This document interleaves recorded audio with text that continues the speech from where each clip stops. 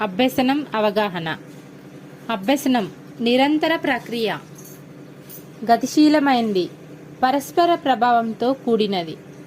ఇది దాదాపుగా శాశ్వతమైనదే కానీ పూర్తిగా శాశ్వతంగా గుర్తించబడదు. ఇది పునర్బలనాల ద్వారా ఏర్పడుతుంది. ప్రవర్తనలో వచ్చే మార్పులను సూచిస్తుంది. వయోపరిమితి లేదు.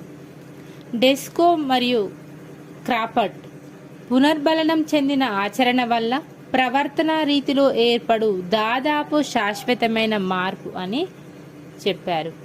బోయజ్ ప్రేరణ ప్రతిచర్యల మధ్య దృఢమైన బంధాన్ని ఏర్పరచుటనే అభ్యసనం అంటారు. ప్రేరణ ప్రతిచర్యల మధ్య దృఢమైన బంధాన్ని ఏర్పరచుటనే అభ్యసనం అంటారు. ముఖ్య గమనిక ఏంటంటే యత్నదోష సిద్ధాంతానికి ఇది పునాది వంటిది. ప్రయత్నాలు చేసే కొద్దీ మన దోషాల సంఖ్య తగ్గుతుంది.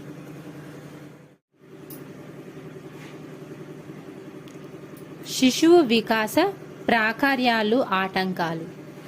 సంయుక్త బీజం ఏర్పడినప్పటి నుండి జనన పూర్వ జననాంతర పరిసరాలలో వివిధ మార్పులను గమనిస్తాం. ఈ రెండు పరిసరాలలో శిశువు వికాసం పైన అనేక అంశాల ప్రభావం ఉంటుంది.